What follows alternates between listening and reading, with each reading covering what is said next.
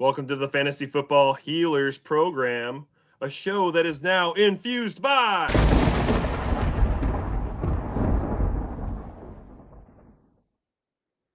the Fantasyholics. That's Fantasyholics1 on Twitter X, fantasyholics.com. Don't forget to like and subscribe here to the podcast. Today, Colton and I are going over our top 10 rookie running backs. So you're going to want to stay tuned from start to finish and see where do these running backs line up. Welcome in, Colton Palmer. Thank you. Back for another week, and we're going to be breaking down our rookie running backs. You got a nice little vacay that you got to go on. Meanwhile, I've been still on the grind, so my brain's haywired. Maybe you're nice and fresh, and you can tell everybody about these running backs. Well, firstly, yes, we went on vacation. We went out to Washington, D.C. with the family, got to see a lot of the monuments, the cemetery, the zoo. I asked my kids what their favorite part of D.C. was. My daughter said that we did a VR tour of ancient Egypt. And Kevin, my son, his favorite part was doing an illusion-like house. So out of all the history and all the monuments and all that is Washington, D.C., those were the number one and number two things for my 7-year-old and 10-year-old in Washington, D.C. Classic. Absolute classic. Just put them on a roller coaster and call it a day. They're there for the entertainment factor. Yes, we did a lot of walking. If you ever make it out to Washington, D.C., really neat experience. It was wonderful to see the history. There's tons of museums. There's tons of places to go, lots of places to eat. There's a lot of stuff that was walking distance, but a lot of stuff that was walking distance. And so our feet were pretty sore after the first couple of days. Used the metro system on our last day, and that worked out pretty well. Did you guys go to the Smithsonian? Yes. Yep. We went to the national. We went to the Natural History Museum. I really liked that. Although I liked New York City's Natural History Museum a bit better. So it's hard for me because my kids at the age we went to New York, they're really into dinosaurs. And so we spent a lot of time in the dinosaur area there on the third floor up there in New York. And so my mind was on, I remember the last time we were at the Natural History Museum, and I didn't feel like I had that experience in Washington, D.C. I liked the Space Museum that they had there a bit more. Dinosaurs in space, man. Just speaking to my heart right now. Well, and what was really interesting, this is the 250th anniversary for our nation. So being there this year for Washington, D.C. was pretty neat. They had the cherry blossoms that were blooming, just the right time that we made it. They had a kite flying festival, just a lot.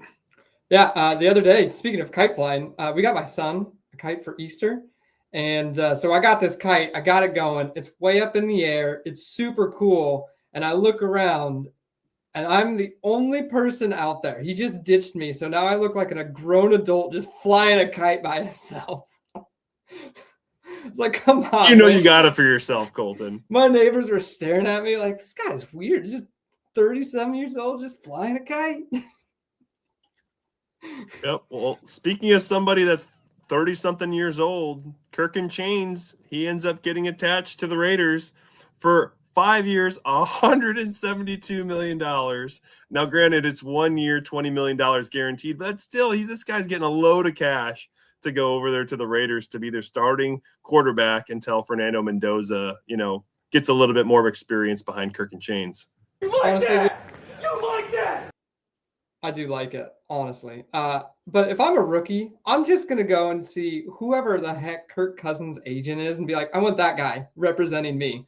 This is the best agent there ever is. I mean, talk about top tier. He's the Justin Jefferson, Jamar Chase of agents because he's Kirk Cousins has made I think he's top 5 of most ever made by a quarterback.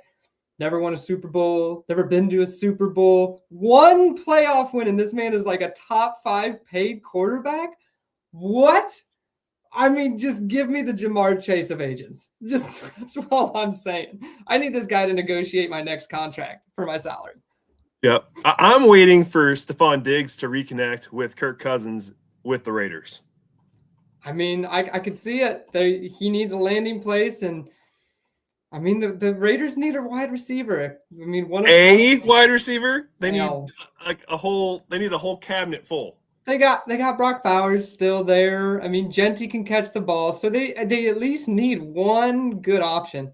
I mean, the primary thing of this, the implications of this is we know Kirk Cousins is going to start the season. I could see him playing the whole year, just to let that 101 of Fernando Mendoza just to sit and learn. And I almost guarantee at this point they've come out to Kirk. They're like, we're going to do it. We need somebody as a mentor, and who better than just the nicest dude in the NFL of Kirk Cousins. I mean, not to mention, I think they're the same person. They're just two goofballs that, like, I think they're going to click perfectly. We can just call them father and son at this point, I've seen images of them putting them together. Yeah. They looked like Kirk Cousins. They even look similar. So, I mean, it's just father and son comes together in the Sin City of Las Vegas. So it's going to be fun. And with the tattoos, looking like Crosby. They're going together at the Coles. There was 6 or 7, 8 different Coles that you sent in the text that was right there in Vegas. That was perfect, Colton. As soon as I saw it was released, I had to go and look up the Coles in Las Vegas, and there are 8 surrounding the city. So Kirk Cousins, you're good to go, buddy. He's going to be putting some of that Coles cash in a slot machine somewhere, and he's going to be wondering why he's not able to use the machine. You think that's what his signing bonus was? It's all Coles cash. $20 million guaranteed Coles cash. 20 guaranteed in Coles cash. Yes, definitely. The new NIL is the Coles is sponsoring the Las Vegas Raiders. That'll be the stadium name. Coles Stadium. Incredible. What also is incredible is that Rashee Rice sounds like he's a free man. He's not getting anything. There's no punishment at all. Nothing. Honestly, I'm shocked by this one. That was a big surprise to me that the NFL does absolutely nothing. There's a lot of things coming out about people saying, NFL trying to favor the Chiefs again. And I mean, say what you want about it. Not wrong. It's just, I mean, people have been given suspensions for less. And they just pretty much were like, nope, we found no wrongdoing, even though it was an absolute clear violation to me. But, good for Rashee Rice owners, I guess. Where do you have Rashee Rice in your rankings? Like, if you had to put him somewhere, where would you put him? Got to be up there. You got an aging Kelsey that doesn't look like he is doing a whole lot, although he's still sticking around as a tight end 6, but you're not seeing that in the fantasy points on a week-to-week basis. He seemed like he was the guy that was like the target hog when Kansas City was throwing the ball. I feel like he's number 7 wide receiver, maybe number 8. Like, he's going to get drafted earlier in your NFL or in your drafts when the redrafts comes around. Okay. I mean, that's where everybody keeps putting him, is like a top 12 wide receiver, because when he's there, he does produce. And here's the things we got to start thinking about. In Dynasty, though, I'm more hesitant because of the knucklehead factor. Well, the knucklehead factor, and let me lay this situation out for you. The Kansas City Chiefs draft at 9 overall. Who's to say they don't go and take Jordan Tyson, Mekhi Lemon, Carnell Tate if he's still on the board? I mean, that's going to have severe complications for Rashee Rice and his value. And he's coming into a contract year. So with all of his bonehead mistakes, who's to say the Chiefs don't just let him walk after this year? And dynasty-wise, I don't want him on my roster without Andy Reid coming up with all these fun plays that utilize him in the perfect way. So in my own opinion, I value Rice less, just because, and depending on how this draft turns out, if they go and draft a wide receiver, you can see me trying to offload Rashee Rice like no other, because that means that they don't want to pay Rashee Rice, because it's come out that he said he wanted JSN money. He's not worth JSN money, and the Chiefs aren't going to pay that. So in my opinion, if they go out, they get a wide receiver, I mean, I'm trying to sell Rashee Rice if I had him. I don't have any shares of him, but right now is the time to move him for the big money after it's released that he doesn't have it, because I have a feeling the Chiefs are going to get a wide receiver, and we're going to see Rashee Rice on the move and not going to be utilized like he does. If you're trying to move Rashee Rice, this is the time to move him. I'm on a caveat, Colton. If Kansas City does get an early round wide receiver and it's starting to scare people off, I find that as a buying opportunity because he's going to be more of like a high risk, high reward. And granted, you don't know how the contract situation is going to go, but for this year, I think he's going to be beneficial to my dynasty team. You know what I'm saying? And especially if I can get a discounted cost for Rashee Rice, if somebody's more afraid of a wide receiver, a rookie wide receiver, granted, that's going to be stepping in. And I don't know. I feel like rookie wide receivers take a little bit of time to develop. And I think Rashee Rice is the number one for Kansas City. It's certainly not worthy. No, I mean, no doubt. I agree with you there. It could be a discount if they do bring somebody in. Speaking in just mainly dynasty terms, if you're not a contender, this is the time to try to move them. And I mean, my other thought, and this is completely just my own thought, because what is this guy going to do if he does get big money? He's going to go and do something stupid. Get a fast car. Yeah, that's my own thought. It's just like if he gets big money, he's going to go and do something stupid. And I'm like, I just don't trust him. So that's my own personal thought on it. But, do what you will with the information given here. But right now, my flags are yellow on Rashee Rice and the whole situation. And we still got to find out if Patrick Mahomes is healthy enough to start the season. And if he's not, Fields is going to be the starter. Yeah. And we've seen Fields have, 2,000 yards and less each of the many starting seasons that he has played. So he's not going to be somebody that's going to be peppering a lot of targets to anybody. They're going to be hiding behind Walker. Yeah, they're gonna definitely be utilizing Walker. And I mean, we haven't seen this Kansas City Chiefs teams have a running back of consequence for a while now. So who knows how much they're going to do their gadgety plays that they did with Rashee Rice. But enough with him. Let's move on. Colton, we are starting our top 10 rookie running backs for 2026. We're going to start with our number ones and work our way down, all the way down to number 10. But before we do so, I want to remind everybody that you don't have to wait for 2 weeks from now to find out what happens in the NFL draft. All you have to do is tune into next week's podcast episode and find out. We're going to have our special NFL first round mock draft on this program next week, Friday. I want everyone to tune in. You can find us on YouTube. Just search Fantasy Football Healers. Don't forget to like and subscribe to the podcast. And now we can move forward, Colton. Let's do it to it. Who's your number one? I know it's going to be very hard for you to figure out who your number one running back is, but you got to share it. I mean, it took me a lot of time, a lot of effort, and a lot of studying to realize that Jeremiah Love is my number one running back. Mine too. Crazy how we got here. It's contrary to everyone's popular belief right now. Honestly, it's the easy choice. He's the 101 in my opinion, all platforms here.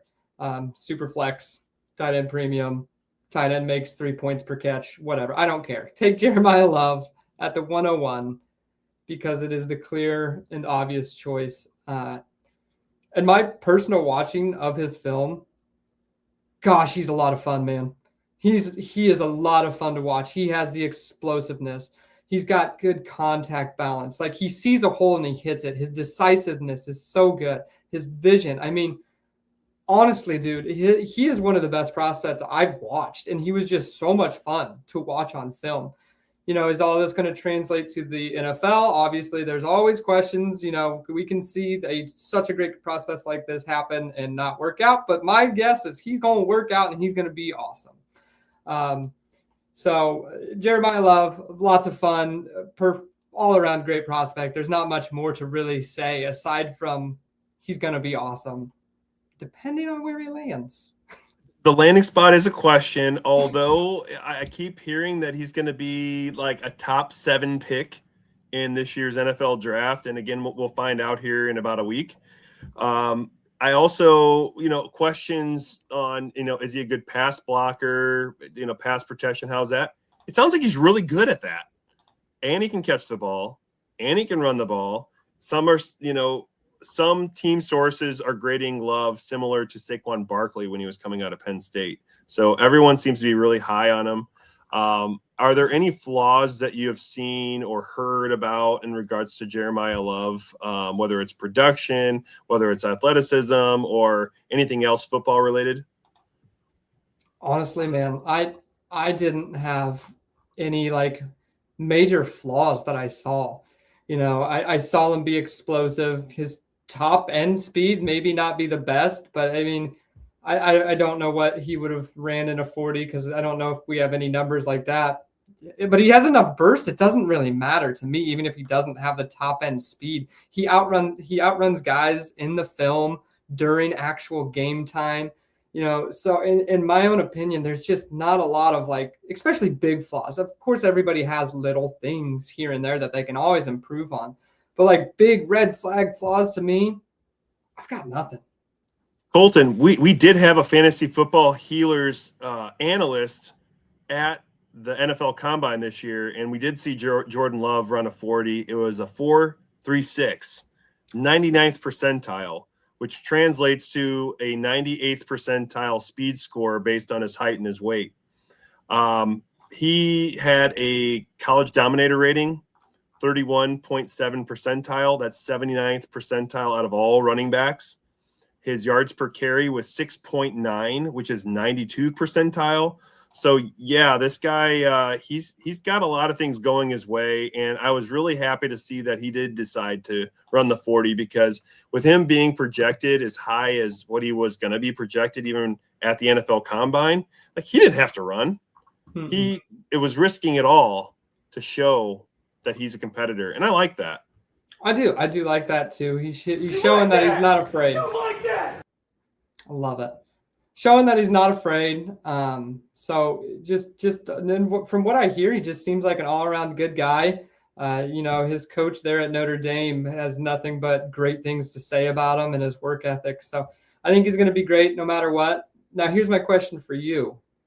Where is your dream landing spot for him?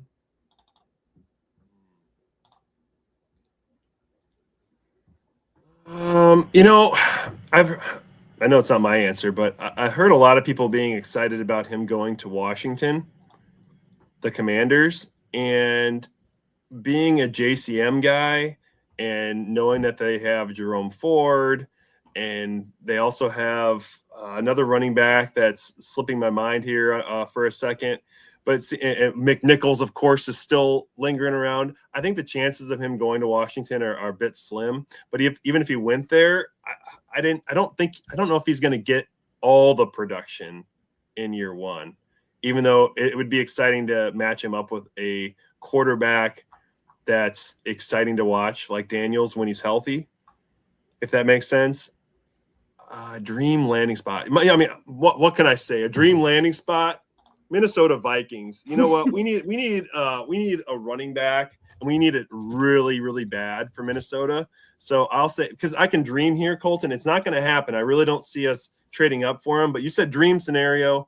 I'm going to stick with it. Minnesota Vikings at pick 18. I love that. Absolutely love it. If he slips that far, my goodness. Well, we'd have to trade up for him. I hate trading up in the first round to get a freaking running back.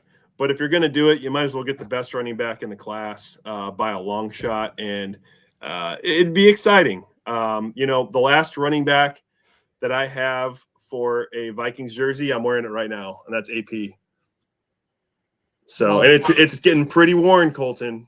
It's getting pretty worn. It's time for a new running back in Minnesota. I never did have a Dalvin Cook one. Maybe I'll get one secondhand. You don't want a Madison, Alexander Madison? I don't have an Alexander Madison. I don't have a Jordan Mason. I do not have an Aaron Jones. I don't have a Toby Gerhart. I don't have a Ty Chandler. I mean, the list can keep going on, Colton. Can keep going. I mean, so where he's projected right now is, in the top 5. He got the Tennessee Titans at number 4, and then the Giants, who have released that they said they want to have a run. I think that's all just kind of a bunch of hoopla to try to get teams to convince them to trade with the Giants. Are like, we might take them. I don't think the Giants are going to take them. Do. I think they like Tyrone Tracy. They absolutely love Scadaboo, and they re-signed Motor Singletary. Yeah. So I think where he's going to end up is the Titans, and it doesn't scare me off. The Titans were a bad team, but they are in the rebuilding phase. I trust their new regime in Saleh and Dable there. So I like what the Titans are doing. So I think that's where he's going to end up. I'm not going to be upset about it. Honestly, my dream landing spot would have been him going to the Bengals, but they're all the way at 10. I think it'd be so much fun on that Bengals team and just keep chugging that offense away, man. Don't invest in the defense. They need another player that they can just keep overpaying. Keep chugging, man. Just keep the offense incredible. Keep the games fun. I love watching Cincinnati. I'm not a Cincinnati fan. I mean, I like a lot of the players, but it's just so fun to watch because it's just high-flying, high-score games because the defense is garbage. So let's not invest there. Just keep chugging. But I think he'll land on the Titans, and I think he's going to be just fine, and you're going to be happy. Yep, and I think Pollard would be moved by midseason, if not earlier. Pollard, Spears, both of them are. Spears. Are we still talking about him? We're still talking about him. I brought his name up. I did. I can't believe that. We talked about him last year. I was like, what? Like, he hasn't done anything in the NFL. Yeah, well, nothing. Him and his one ACL. Mullings. You remember Khalil Mullings? He's done more in the NFL than Spears. All right. Number 2 running back on the board. I don't know about you. I don't know about number 2, period. But this is where it gets shaky for me. I think the number 2 running back for this class, Colton, I'm between 3 guys. Sometimes 4. Okay. And I'm like, I'm not overly excited about any of these guys. Maybe my number 3 I'm a little more excited about. I almost moved him ahead of my number 2, but I couldn't move him ahead of my number 2 because of other things we're going to talk about. But I'm really curious to hear who your number 2 running back is for this class. So my number 2 is Jonah Coleman out of Washington. 5'8", 220 pounds, big boy. So he's got that bowling ball, stocky. I liked his tape because he was a bowling ball, man. He just bing, bing, bing, bing, bing. So he was fun to watch. Not the most explosive of guys. I didn't see him, he hits the hole hard is what I had. Hits the hole real hard. And after that, it's not, after that, it's just okay. But he is a hard hitter, he would have to land in a very specific role. I think he would have to be a very good landing spot for me to be excited about him. I don't know how he runs away with a full workhorse load. I think he's a committee back, the big bruiser kind of committee back guy. So we see a lot of teams going to the committee back anyways. So somebody that has his bowling ball frame and could have some touchdown upside in this, I would like. But like I said, it's got to be the dream landing spot. But he's my second most like for touchdown upside, just in terms of his size and the way I watched this film of him hitting those holes.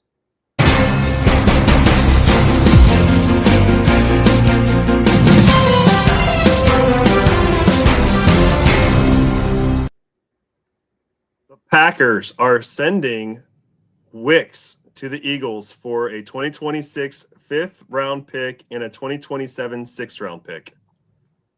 So the Eagles continue to keep adding wide receiver depth. What do you think that means there for Mr. A.J. Brown? Bye-bye, Mr. Brown. Mr. Brown can move, can you?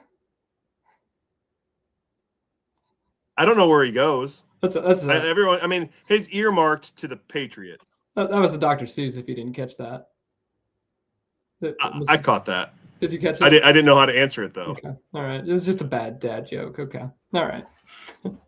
Yeah. I mean, I've heard. That's a good one, Dad. Thank you. I've heard Patriots. Honestly, I would love for him to land on the Patriots. Give Drake May a solid target like AJ Brown. I would love it for AJ Brown and his stock, man. I mean, we saw his draft. Like, people didn't want him on their team. You couldn't like trade away AJ Brown last year. I actually tried to go and get AJ Brown. I tried trading for him. Yeah, I tried to get him on the cheap, and they were like, "No, I'm not getting rid of AJ Brown on the cheap." I'm like, "All right, that's fine." I'm like, he's not playing well. Right.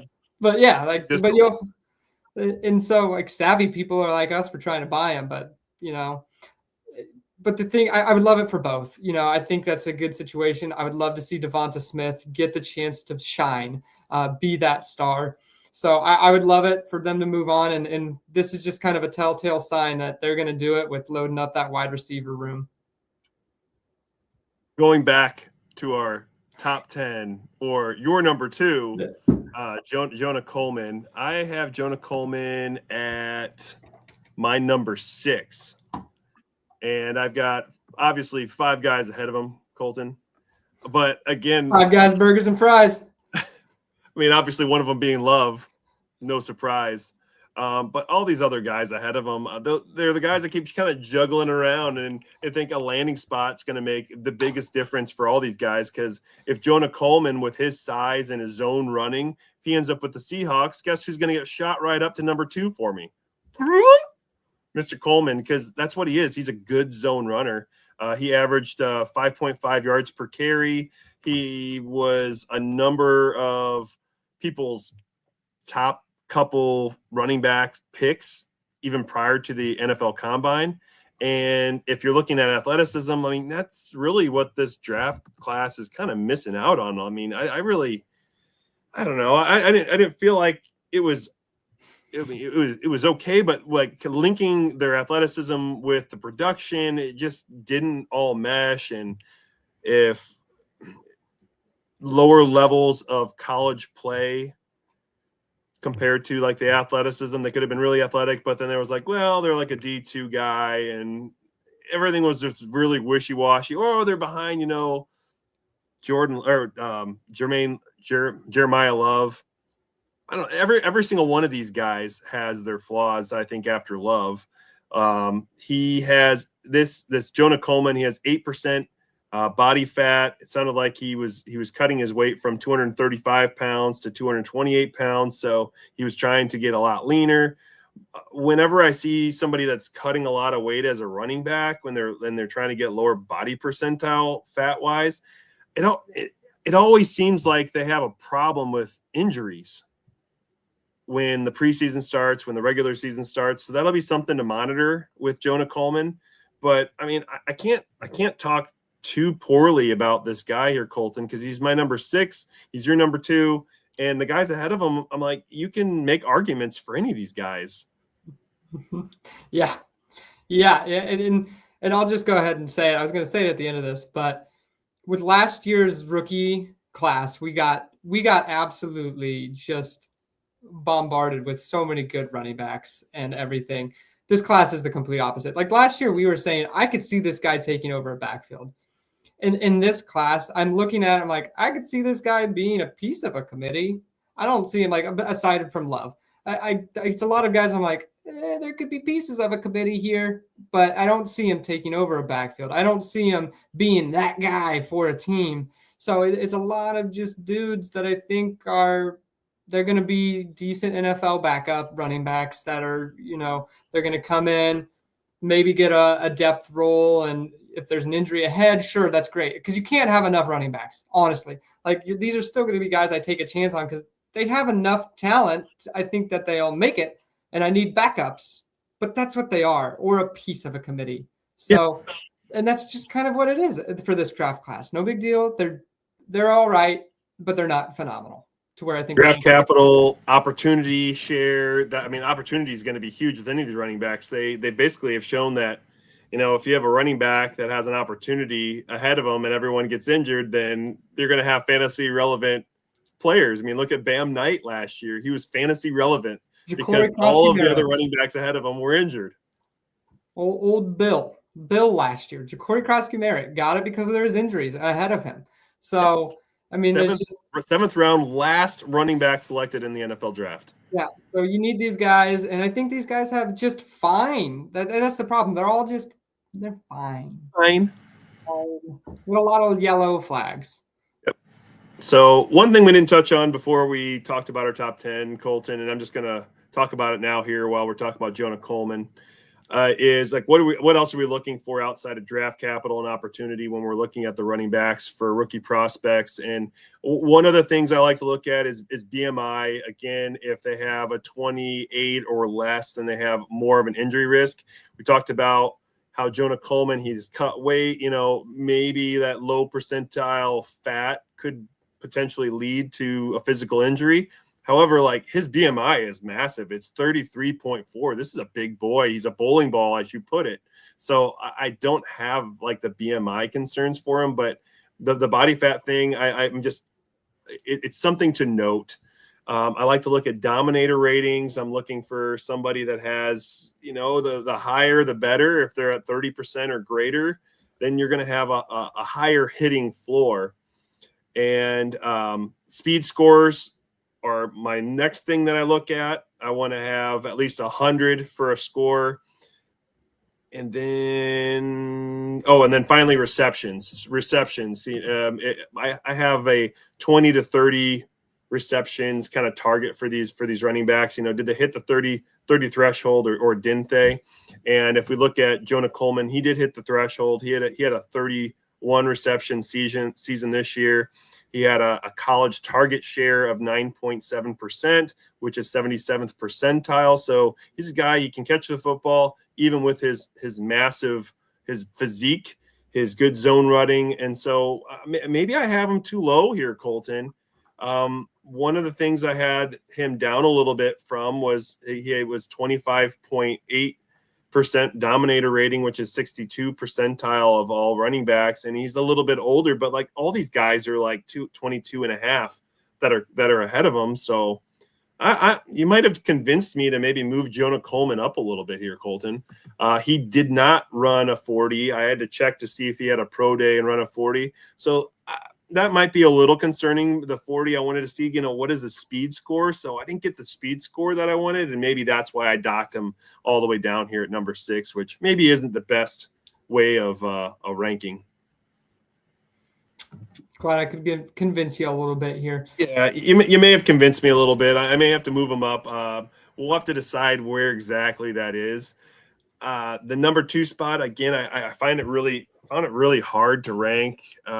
Even before coming on the podcast here today, I thought about moving my 3 up to my number 2. I kept it the same just for consistency's sake. I didn't want to make that last second thing, but maybe depending on what you're saying about these guys, that you might sway me another way. I ended up having at my number 2 running back, Mike Washington out of Arkansas. I like bigger backs that can catch, that are athletic, that are fast. And again, maybe I'm being biased, but I was at the NFL Combine. I seen this guy run. I seen him do some of the drills in person. I really enjoyed watching how fast he was. And it was really exciting to see the emotion on his face when he found out that he had the fastest 40 run.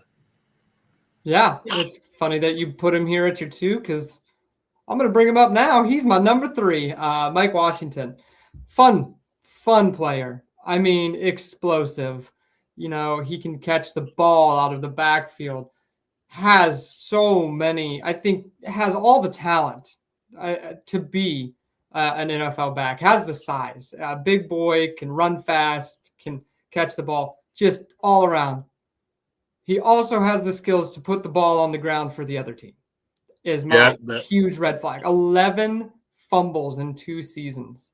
I mean, that's a fumble problem. That's an easy way as a rookie, especially like a team picks him up in the 3rd round, say he's a 3rd round draft pick. A team picks him up. He puts the ball on the ground a couple of times. He's out. He's done. They're not trusting him. So he's going to have to clean that up in order to find a fit on an NFL team. With the way he dominated the combine. I mean, he just absolutely rose through the stocks because of his combine. There's talks that he could be back of the first or beginning second round, which is great for, he gets a little bit more forgiveness if he does make some mistakes because they invested into this running back. So he has a little more leeway there, but he's going to have to clean that up. Otherwise, I do really like him as a prospect, but man, that's a big red flag to look at, just staring down the barrel of 11 fumbles. Here's the excitement with Mike Washington is that if you recall, it was about a month ago, so it would have been right after the NFL Combine. Size, speed, he is kind of a splitting image of Adrian Peterson in regards to that. Like if you compared them apples to apples, even with their 40 times, they looked almost exactly the same. And then you're talking about fumble issues. Guess who else had fumble issues when he was coming out early? Adrian Peterson.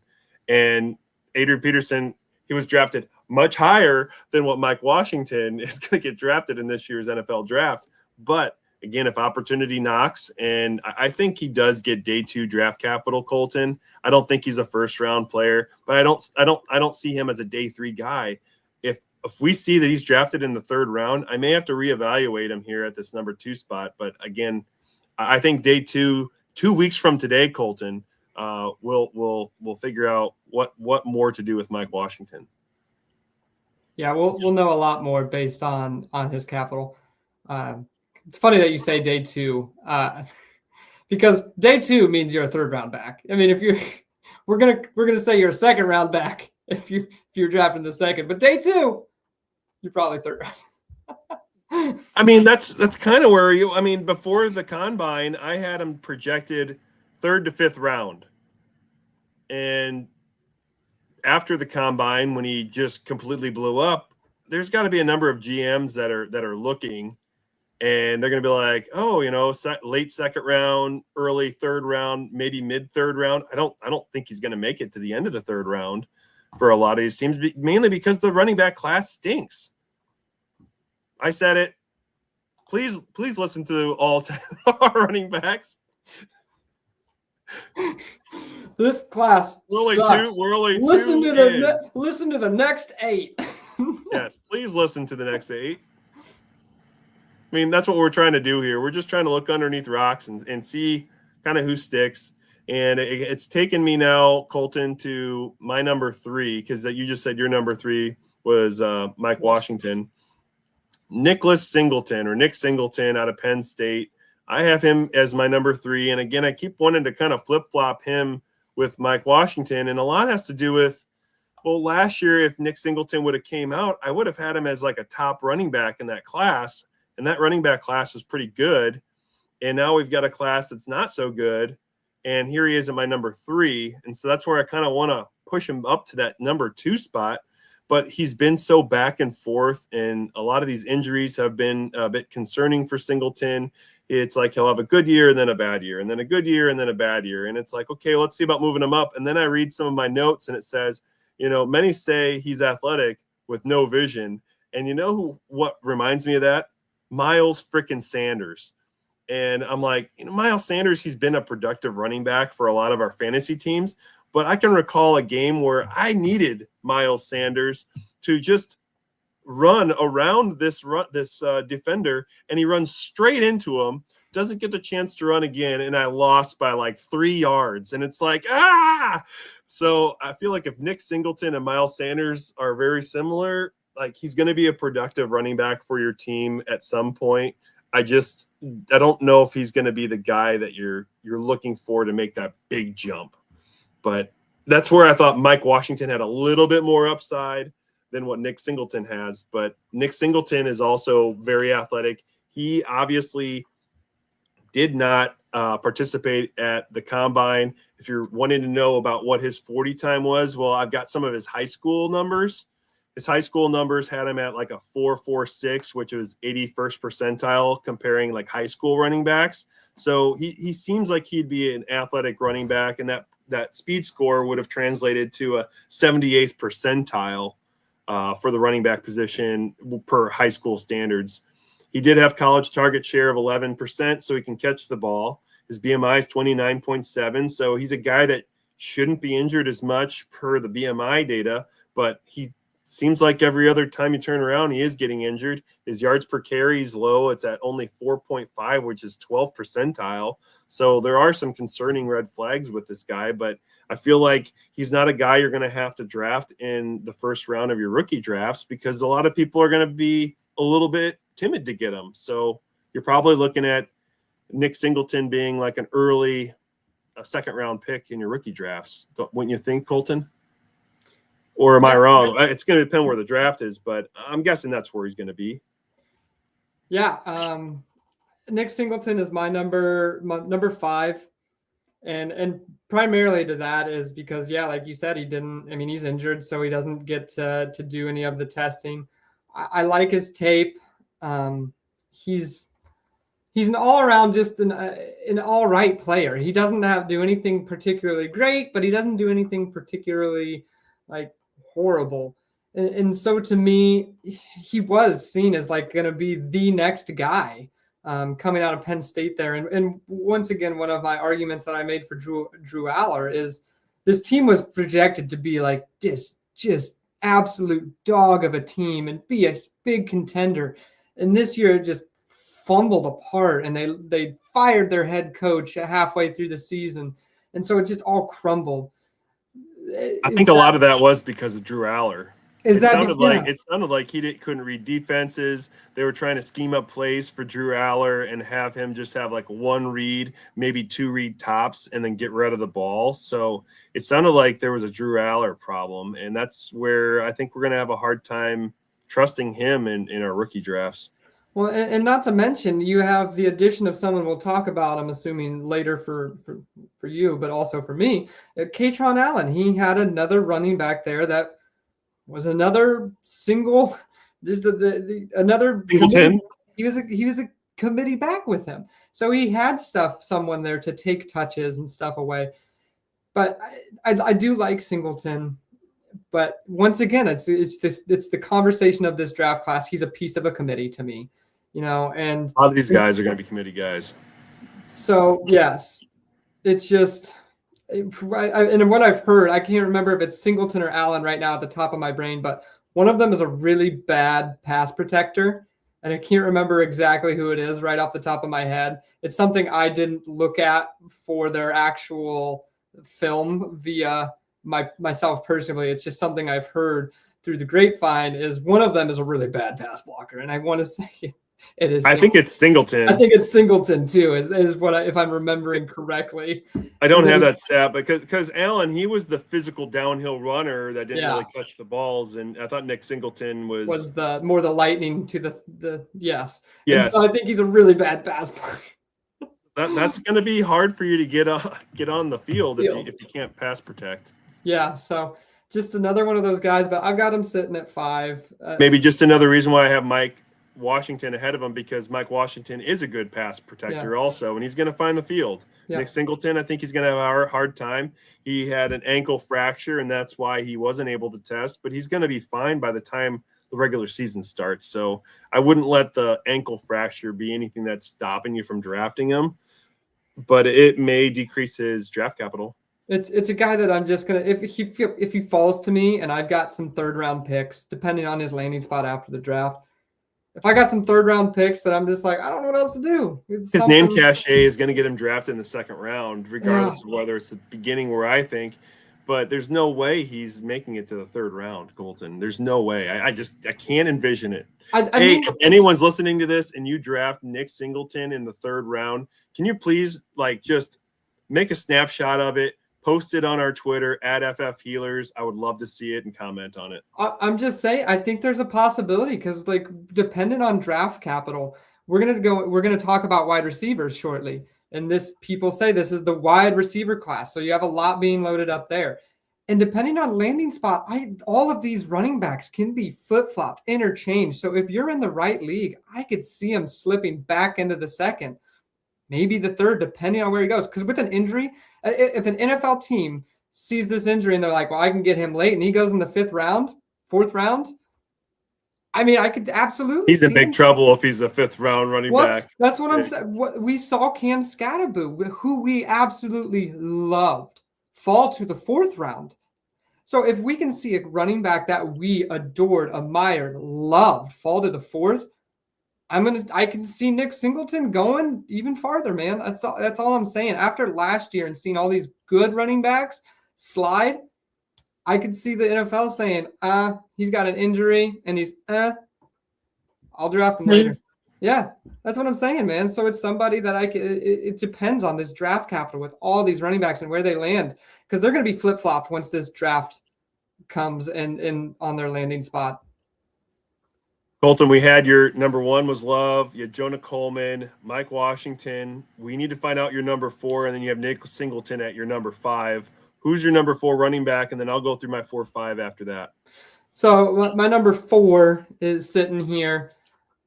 I want to see where it lines up with yours. I actually have your list pulled up. Surprising. My number 4 though is Emmett Johnson out of Nebraska. So I did really like his tape.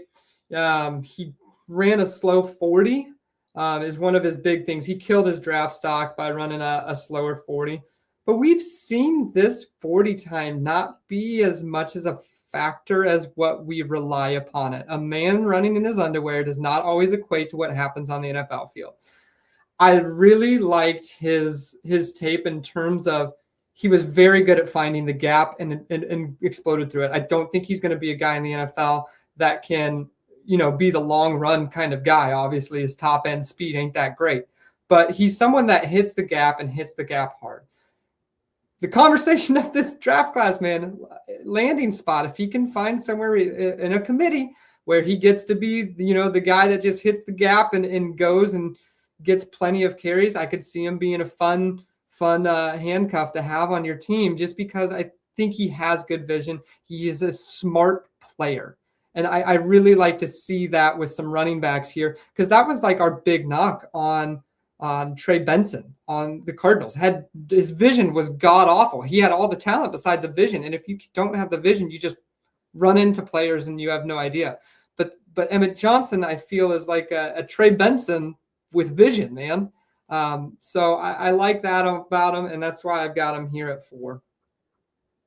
I have Emmett Johnson as my number 5. I will say that he was a guy I had up there in like the number 2 spot at one time, and then he's kind of dropped down to the number 5, and he's just kind of fluctuated back and forth. He's a guy that I think could be an every down player. I think he could be a workhorse, but he's got to find the right spot. I think he's going to find himself kind of like a Bucky Irving. If you remember Bucky Irving, there was a lot of people on him, and then Perfect. He had a really crappy 40 time, and then he just dived down draft boards. And I will say I was one of those guys. I didn't draft Bucky anywhere because his athleticism didn't really match the production that we saw. And so there were some inconsistencies.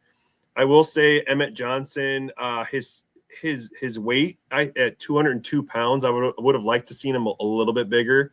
But in today's NFL, does that matter, Colton? 200 pounds is kind of the threshold. If you're at 200, okay, we'll give you what you need. I was looking back at how he produced in college, and he had 7. I looked into, and it was actually, this is Rich Rebar's information that I ended up hearing on a podcast. So shout out to Rich Rebar. 71.9% of the team rush attempts. That's first among all the running backs in this draft class. 76.2% of the rushing yards for Nebraska. That's first in this class. 17.7% of the receptions, second in the class. 12.7% of the receiving yards for his team, second in the class. 37.8% of I think it was like the whole total like yards for the offense and the team. That was first overall. And then the team touchdowns, he had 38.5% of his entire team's touchdowns. That's second in the class. And then he had a high dominator rating and a college target share. It was just mainly his athleticism with the 40 time that really kind of drove things down. It drove the burst score and the speed score down. And the speed score is something that I really covet with my running backs. And that's why he's my number 5 instead of like in my top 4, because my top 4 reached that 100 threshold that I'm looking for, and he had a 93.4. which is 41st percentile for the speed score. So he may be just this year's Bucky Irving.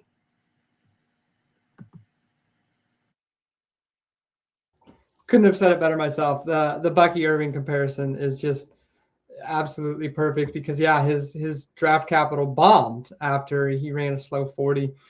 And to the point, and another point to be made is Nebraska was a good team, but they also did lose their quarterback, Dylan Raiola, copycat of Patrick Mahomes. It's someone we're going to be talking about in next year's draft class for the quarterbacks, because I know there's a lot of people that do like him. I think it's weird that he tries to imitate Patrick Mahomes in every single way, shape, and form. Well, that's what they grew up with, Colton. Super weird, man. And he moved on from Nebraska. I think he signed with another collegiate team. I can't remember. It might be like Oregon, if I remember correctly. I can't. But anyways, he tore his ACL during the season. So losing your quarterback does not help your running back in terms of they're like, well, now they're on their backup. We can load this box up. So we can really load. So maybe he didn't quite have he could have had even better production possibly if their quarterback would have stayed healthy. So just somebody to keep an eye on. I do know he's like, the guys we have just recently talked about are all over across people's boards, like interchangeable. So ours are pretty much interchangeable here, Colton. My number 4 is going to be a little different outside of your top 4, but one of your top 5 guys is my number 6. So like how much difference is it? So I'll let you talk about yours, man.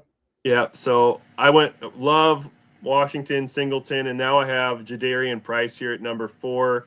Notre Dame. He was the guy that was behind the guy. And Jeremiah Love.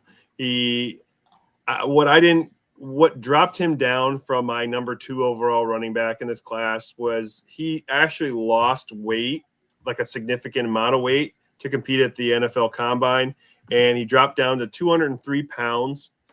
And he still ran a 4.49, 79th percentile. His speed score was just shy of what I really want. It was 99.9. As far as a score, it's 66th percentile among running backs.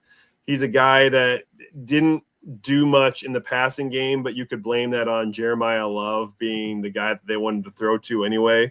So he's kind of like that, like what's in the box prospect. And I know we brought that up a number of times here on the podcast. Is he a boat or is he a zoink? And I've seen him mocked as high as pick 32 overall in the NFL draft going to the Seahawks. And if he ends up there and he gets that draft capital, which I find hard to believe, you bet he's going to be a top 2 running back in this NFL draft. But I just don't see him getting drafted there. I think if he can find an opportunity, then maybe we can move him up a little bit more. But I've got Washington, Singleton, and Price in a tier. And I nearly have Emmett. I should have Emmett Johnson in that tier also, because I feel like all 4 of those guys are going to be interchangeable after the draft. Let me just chime in on Price here because he's my number 6. And I like his tape.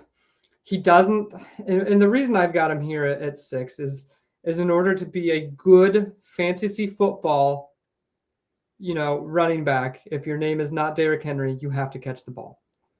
He has no receiving profile in his years here with Notre Dame. And is that because it's 6? Yeah. Is that because Jeremiah Love was there and he is good at catching the ball? So why throw the ball to someone we don't know if he can catch the ball, where we have Jeremiah Love to catch the ball? I don't know. I don't know if that's the problem situation or whatever. You don't know. We don't know is the thing. And to take a risk on somebody that I don't think can dominate, such as Derrick Henry, and get me points in fantasy football to where, Jadarian Price is going to get me points in the receiving game, I have no idea. And I don't know if I want to risk it because everybody's like, he's my number 2. And I think he's going to go high. And I'm like, I do not have the guts to stomach getting a running back with a first-round pick that's going to end up being nothing. Or just like a committee back that doesn't catch the ball and he gets 40 yards a game on, 10 carries. Cool. He has great production. He's got, He's got some good things in his game where he can make good cuts. He's got loose hips. He gets to his top speed quickly, but he gets 10 touches for 40 to 50 yards, and that's 5 points for my fantasy football team. He might be great for an NFL team. I think he has his place in the NFL and for an NFL team, but in terms of fantasy football, if you ain't catching passes and you ain't scoring all the touchdowns, which I don't think he'll do, because he did also fumble near the goal line 3 times in 2025. He's not a goal line back. So in my opinion, man, I'm out on this guy, especially for his price. And so how is Price, going to be priced at 32 overall with the Seahawks when the Seahawks are a ground and pound type of team? Like Jonah Coleman sounds like the perfect back for the Seahawks compared to Price, who's an undersized running back who fumbles on the goal line 3 times and doesn't catch the darn ball. I just don't see Price going to the Seahawks. And if he does, I don't know how excited I'm going to be for that specific running back for that team. It's going to be exciting because I feel like they need a running back, but I don't know. The Seahawks only have like 3 picks in the entire NFL draft. Are they going to waste it on Price at 32? I don't think so. No, and like it's like I said, I'm not stomaching spending my first round pick on such an unknown running back that would be productive for fantasy football. We're talking fantasy football here, everybody, too. We've got to remember that there is occasionally a difference between NFL good and fantasy football good, So we've got to make that determination here too of, is this guy going to be good for an NFL team? Possibly. He might get some good plays for an NFL team, but that doesn't mean he's going to be in your fantasy football lineup, because it's just not going to get you the points that you need to win. And that's why we're here. So that's why I have Price so low on my list. I see him being drafted at the end of the first round in the rookie drafts right now. Into the first round to towards even the upper end of, like picks 8 through 12 is kind of where I've seen. I'm like, I'm not. I'd rather go and spend that on a veteran. I'd much rather take that pick and say, give me some veteran running back for this. Jax Falcone, he basically said that I don't want to be the one that drafts the number 2 running back in this class. Yeah. Nope. Because it's going to be too high. Yep. All right. We'll move on to your next. My next actually was Jonah Coleman. We've went over him already, so we're back on number 7. Did you already say your number 6? Yep. So I'd love Washington, Singleton, Price, Johnson, Coleman. That's my number 6. We just did your number 6, so now we're at your number 7. Number 7. I think we line up here. My number 7 sitting here is Katron Allen. Out of Penn State, as you would say, the hammer of the team, the hammer to the lightning that is Nick Singleton. He's the bigger body dude. He's much better with like on the goal line. I think he's going to play that role, depending on the team. 5'11", 216 pounds. So bigger body dude. I liked his tape. All right. Once again, he falls in my list because he's the backup goal line kind of scenario. A CJ Ham, as you will, not as big. But CJ Ham was a fullback. Do you think Katron Allen's a fullback? Not fullback, but like that utilization is what I'm saying. Just someone that kind of comes in goal line, when they need a bigger dude. It's like, I'm not saying he is built or is CJ Ham. I'm saying that utilization is where if he gets a role, I'd see it being that as just like a little hammer. I feel like you're underselling Katron Allen. If it's PPR leagues, I think that's where you're going to have a harder time, because I don't know like how much he's really going to catch the ball. He is that downhill runner. But this is another guy kind of like Jonah Coleman. And if you recall, Jonah Coleman was my number 6. Katron Allen is also my number 7 as well. Allen being about a half year older. He's 23.1 years old. So that's why he kind of got the ding down, but both of which are kind of bigger backs. And I think they both would fit in really well with the Seahawks. And they could probably get either one of these guys in the 3rd round of the NFL draft, get them a lot cheaper than pick 32 overall. Just like Jonah Coleman, the BMI is high. It's at 30. His unlike Jonah Coleman, his dominator rating is actually higher. It's at 30.9, 77th percentile, which I really like. But the college target share is why I have him lower than Jonah Coleman. He only had a 6.8% college target share, which is only like a 54th percentile. The most receptions this guy's had is 20. And that was back in 2022. So it's in PPR. He's down on my list a little bit here at number 7, tied with you. Yeah, maybe I undersell him a little bit, but he's just not someone that I am personally excited about, especially in a weaker draft class, and he's already down to 7 for me. 6.2 yards per carry, 1,300 yards, 15 touchdowns. So he can be productive. He needs to find the right spot and opportunity. Needs the right opportunity, which is the definition of this draft class, man. He needs a good line, and he's going to need a good offense that's going to get down the field to give him opportunities to score those touchdowns. Because if he's not scoring touchdowns, I'm afraid Kaytron Allen isn't going to do a lot on your roster. Not wrong. All right, number 8. Number 8. I have a feeling this is where we are going to definitely find our discrepancy. Oh, we're going on different. There's a split in the road right now, Colton. I don't think you even know like some of the guys I have coming up. It's going to be certainly interesting. I think we'll get to the same place after this though, so that's exciting. But mine is Damon Claiborne out of Wake Forest.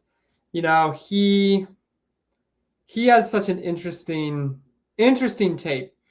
And he has a smaller framed guy. He is 5'10", 188 pounds, which I know you do not like to see. It's like the Devon Achane kind of style build. Definitely not as fast as Achane, I believe, but he is very quick, explosive. And in his tape, you see on very well blocked plays, man, he just zooms. It's awesome. It is fun to watch. And his perfectly blocked runs, he has 7.4 yards per carry, which is awesome to see. Perfectly. Not so great when it isn't perfect. He doesn't create his own holes. He's not going to be the guy that's breaking tackles and not all the this bruiser. Stuff. He's down to 3.1 yards per carry when the blocking is not good. So that's not something you want to see. But at the same time, once again, he's a guy that does have the explosiveness. He's a guy that has some speed and burst to him. And so we saw everybody kind of poo-poo, Devon Achane when he was coming out. Now he was a much better prospect. Don't hear what I'm not saying. I'm not saying this guy's Devon Achane. But he has some of the skills and the burst like that type of player that I could see being fun. And a team, if they utilize him in the right way, could be fun and a chunk guy to kind of come and be the change of pace and opportunity there. I wouldn't mind tossing a pick at this guy. Mon Claiborne, again, in this class, I do have him in my top. I have him as my number 10 running back. He is not the type of running back that I tend to go for, as you said. He's a smaller running back. I missed completely on Achane because, again, the size concerns, the fragility rate. Claiborne is BMI is 27, so I have him in the red there, and he's under the 200-pound threshold at 188 pounds.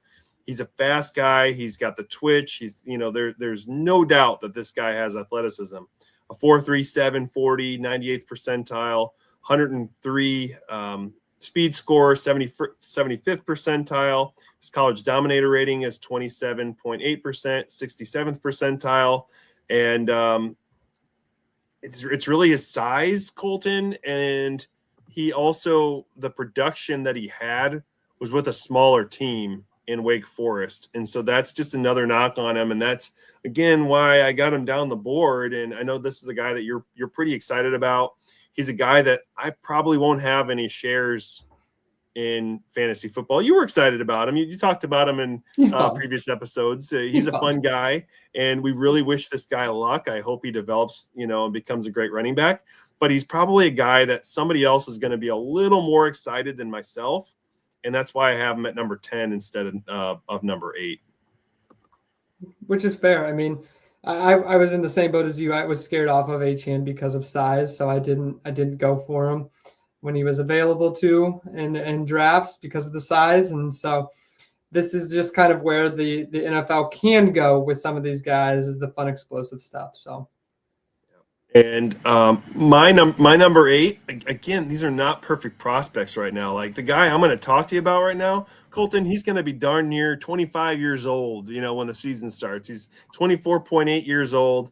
It's Eli Hendrick out of Navy. We talked about him after the Shrine Bowl. He's a guy I'm excited about. He has all kinds of receptions. This guy is not just a running back. He's a weapon. He's a wide receiver, kind of running back, kind of convert, kind of mixed guy. He can play all over the field, but his college target share was 44.5 percentile, 100th percentile. He had a 4.44 40 time. He was one of only 4 guys that ended up doing like the slot work at the running back position at the NFL Combine, and you don't see that unless you're actually at the Combine. His speed score was at the 75th percentile.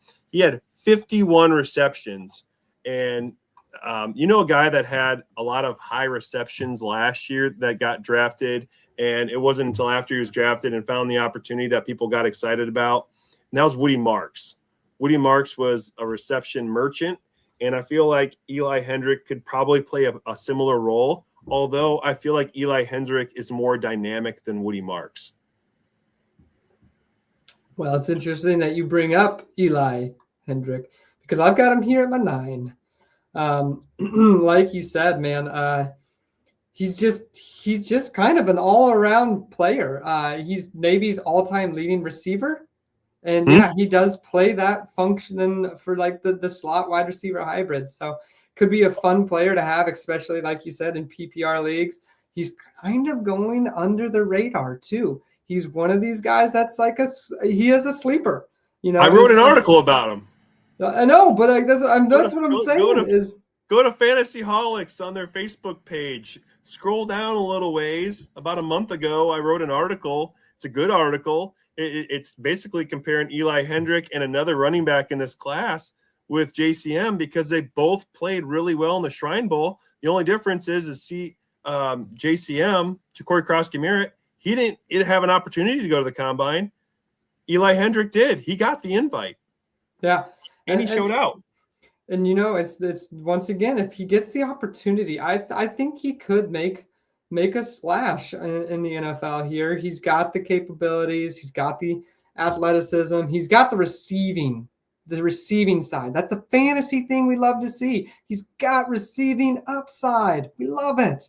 We love fantasy football players that can catch the ball, especially running backs. So he's somebody that I think you can get late, because his name isn't being thrown around like Mike Washington Rising, Jadarian Price is the number 2, Emmett John, like all these names are being shoved. Where it's like Merritt, last year. Right, exactly. Like he's not being just shoved up the boards like this. So this is someone that is a true sleeper at this point, and I can't agree more. He's someone I'm actually excited about with where he is going. Yeah, he's basically a 5th round rookie pick right now, and which means he's probably going to be on your waivers. Because all of my dynasty leagues go to 4th round, and I'll be kind of wondering if do I want to dabble and get him in the 4th round, or do I want to risk it for the biscuit, which like I did Ja'Cory Cross-Merritt, and maybe just put a few bidding dollars on him, and people are going to be like, who the hell did he just pick up? And I'll be like, you'll find out. I'm ruining some of my future drafts, but I'll be throwing 4th rounders at this guy. I'm just ruining them all now for all the people that are in class drafts with me. They're gonna know. I think people are gonna be afraid to hit that button in the 4th round, Colton. But we've been talking about this guy for months. It's February. You're gonna have to go back in February, because it was 2 months ago when the Shrine Bowl was, and that's when I got excited about him. Yeah, I'm going to be throwing picks at him, and I'm not going to second guess. I'm just going to toss it. I throw fourth rounds like they're literally like they're boogers in Kleenexes. I don't care. This is what I do. And so I don't care. I'll throw a fourth round pick at this guy because I do like qualities. So you heard it here. Go get him in the fourth round. Just spend it. Spend the boogers. Sometimes you just gotta call your shot, man. Sometimes you do. Yeah, well, I'm gonna call my shot here on my number 9. I don't even know if you know who this guy is, Colton. Adam Randall out of Clemson. He's 21.6 years old. Hand size, Colton, just shy of 10 inches, 9 inches and 3/4. If you're wondering, he's a tall dude. He's 6'3", 232 pounds. He was a wide receiver running back convert, and he has a profile that kind of reminds almost like an Antonio Gibson type. And I was a really excited guy with Antonio Gibson. Another guy I was able to get in like the 4th round of those dynasty leagues back in the day. Like nobody even knew who Antonio Gibson was at that time. I had him everywhere. And so if I can't get Eli Hendrick because you drafted him, Colton, maybe I can get a guy like Adam Randall out of Clemson. He's a bigger guy. He can still catch the ball. And he was pretty productive overall. He had his BMI is a little higher than Eli Hendrick. It's at 29, so it's just above the threshold. He had a 25.9 percentile college dominator rating. That's 62 percentile. But he had a 40 time of 4.5 with that weight, that size. That's 76 percentile, and he had a 95 percentile speed score. Colton, that's pretty darn good for a guy that's 230 some odd pounds to have the athleticism score that this guy's had. And he had his best receiving total was 36, and that was just this past year. I think he's kind of an exciting guy that no one's talking about, and I think we should. Man, I am so glad you brought up Adam Randall. I did not actually put him in my top 10 because I knew you were going to talk about him. He is my number 11, and I have him and this next guy just interchanged, and because I wanted to talk about this next guy as well, and so I knew you were going to talk about Adam Randall, another fun prospect, like you said, a wide receiver switched to running back, so he still is figuring out the role. He's 6'3", 232 pounds, can catch the ball. It's going to be, like you said, Antonio Gibson-esque, and that's what I hear him keep getting kind of compared to. And it's going to be somebody that is going to be a fun thing. And the reason I'm getting so excited about these guys towards the end is not because I think they are better prospects than the people we talked about prior. These guys are just more aligned with where they're going to go in the draft. Like they're going to be undrafted agents. They're going to be 4th round picks. So these are guys that I don't care if I miss on these guys. The other guys concern me because where I have to take them, and they may not work out. These guys, I don't care. I don't care if Adam Randall doesn't work out. But if he hits and I spent $5 of fab to go and get this guy, holy heck, that's how you win Dynasty, people. That's how you win Dynasty, is getting these sleepers and people that nobody knows about, and they just rise. And so this is how you do it, is getting these late guys. And that's why I'm excited. I'm not saying he's a better prospect than Jadarian Price because I was sad talking about Price, but he is a good value. And he has receiving upside. He has athletic ability. So I do like him a lot. And yes, I'm glad we brought him up. Yeah, he's going to be cheap. Again, after the NFL draft, all these guys are going to be shaken up a little bit. But, I mean, the highest you're going to see this guy go is, maybe a 3rd round pick. I remember there was one league I got Ja'Cory Krosky-Merritt. Once the excitement started to build, I ended up drafting at like 310 in a league, which most leagues I was getting him in 4th round or waivers. The highest I could ever see this guy go is probably at the back end of the 3rd round of a rookie draft. And it's just like, hey, I'm just taking my guy. I'm going to take my chance. And if he works out, like you said, perfect. But at least I didn't pay a back end 1st round pick for him. And I'm like, boy, I wasted that pick. Yeah, exactly. And that is why.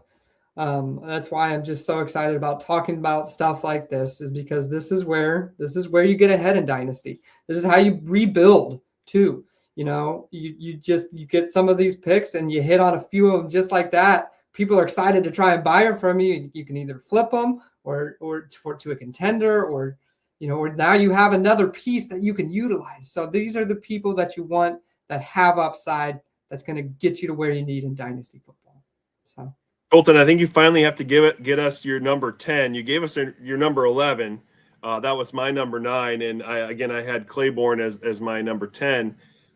Let's hear your number 10. We'll go through your order of 10, my order of 10, and then if there's anybody else that you want to talk about before the show ends, then we can touch base on that too. Yeah, I'll just throw out this name, and this is someone I know you're low on, and I didn't really have a whole lot on him either. And I was just going through, the NFL good old next gen stats. Okay. And I see this guy just sitting towards the top. He's number 6 in next gen stats. I'm like, what is this guy doing here? Curious. It's very curious, isn't it? So NFL next gen stats, number 6, it is Le'Veon Moss out of Texas A&M. Doesn't have much of a production score. His athleticism score is kind of as well. But what they really like, and I trust their stats too, because these guys are professionals. So why am I going to sit and argue with some of these guys that do the math? But I went and watched his stuff, and he is very decisive and has a very sneaky burst to his play. He has such good cuts, man. His cuts are just sharp, poof, and he just bursts out of it. He has physicality. He drops his pads and has very good contact balance. Now, I mean, some of his weaknesses, he does not have the production profile that we do like him to see. He doesn't have the dominator rating like you have on there. His top end speed isn't super high, but he does have the burst, which is what I care more about in a running back space anyways.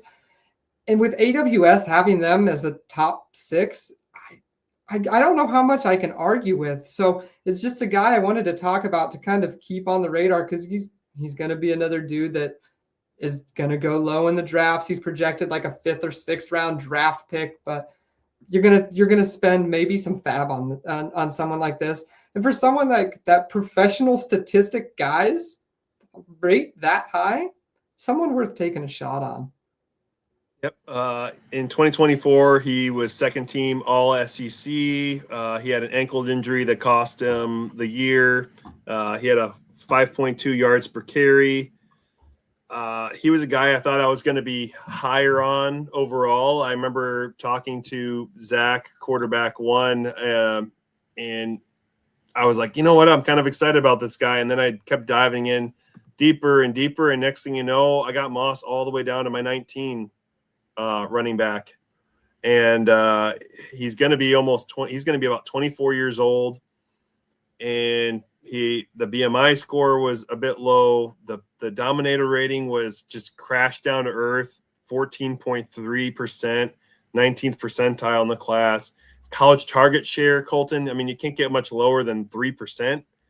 14% overall at the running back position. The most receptions this guy's had is 11, and that was back in 2023. That's why I have him as low as I do. I think if he has an opportunity, any quarterback or any running back on a 53 roster, he could be a guy to look at. But he's going to be a guy I just kind of put a star by. Just watch. I'm probably not putting any fab dollars on after my rookie drafts. He's probably a guy that's probably going to get drafted in a rookie draft because they may know the name and they don't feel excited about drafting anybody else.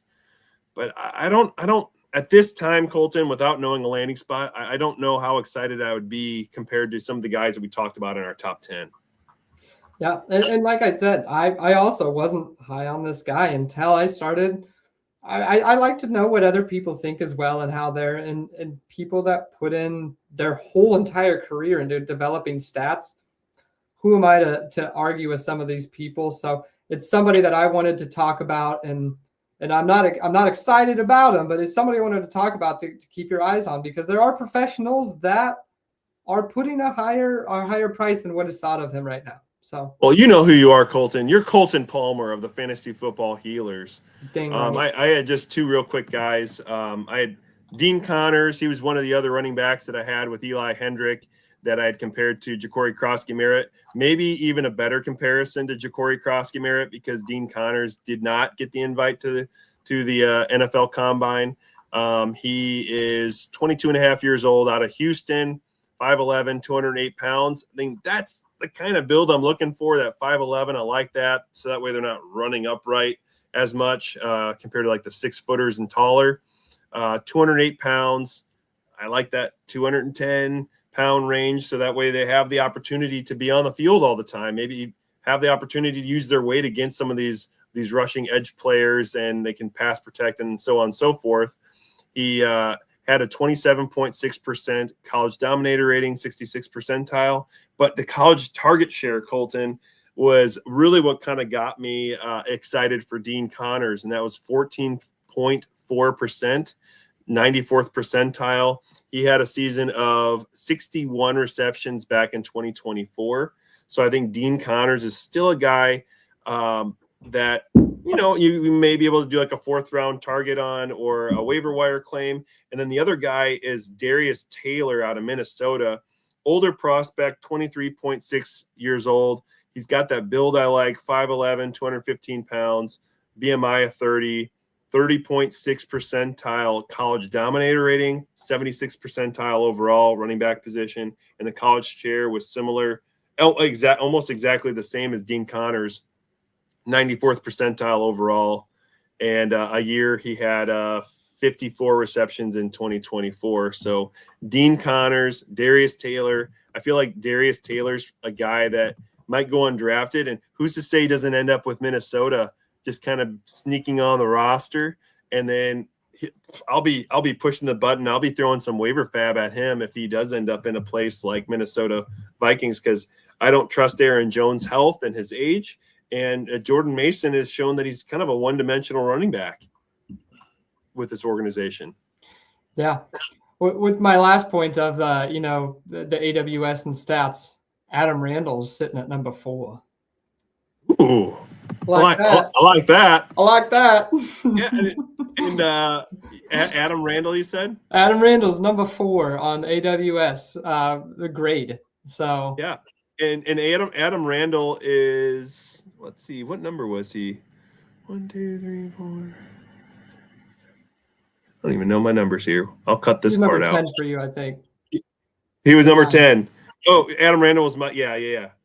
So he was my number 10. That's right. Yeah. Why did I say Claiborne? Because I convinced you. No, thanks. I can't even see him. I can't even see where I have Claiborne at right now. But I thought I had him in my top 10. I might have deleted him on accident. Oh no. Not good. Where'd it go? I need to press the back button. I did delete him. There you go. You deleted him. I accidentally deleted him. Yeah. Adam Randall was my number 10. Or Adam Randall was my number 9. Claiborne was my number 10. So yeah. So number 4 on AWS. So just something to keep an eye on. I'll go through my top 10 here. I don't really have any other names to keep an eye on, man. That's okay. Why don't you just give us your list? This pod is really gone lengthy. Yeah, here. It's got a little lengthy. We got so excited about these running backs. Jeremiah Love, Coleman, Mike Washington, Emmett Johnson, Nick Singleton, Jadarian Price, Katron Allen, Damon Claiborne, Heydrich. Is that Heydrich? You like Heydrich? Heydrich. You like Heydrich? And then Le'Veon Moss. Yes. And I got Jeremiah Love, Mike Washington, Nick Singleton, Jadarian Price, Emmett Johnson is my number 5. Then it goes Jonah Coleman, Katron Allen, Eli Hendrick, Adam Randall, and Damon Claiborne, who's no longer deleted on my data sheet. And then I had Dean Connors and Darius Taylor to follow for 11 and 12 if you're following along. Heck yes. Definitely some names to keep an eye on. I know people. One last name, Seth McGowan. A lot of people talk about him out of Kentucky. All right. Old Man River, that old man river. 25 years old. He's got the small hands, Colton. Little He's hands. under 9-inch hands. I said people like him. I know. Yeah. So it doesn't sound like we're overly excited about this guy, but this pod's kind of drug on a little bit. I hope you were at least entertained with listening to it. It's entertaining. It's been entertaining with such a class. You can find Colton at FF Healers, FF Captain 22 on Twitter X. You can find me at FF Healers. And don't forget to go back to the article that I wrote from Fantasyholics on their Facebook page. Eventually, it'll be on their website, fantasyholics.com. They're in the works of remodeling that at this time. I hope you enjoyed the program. Thanks, everybody. And don't forget to listen to our episode and watch on YouTube next week, the NFL Mock. Salud.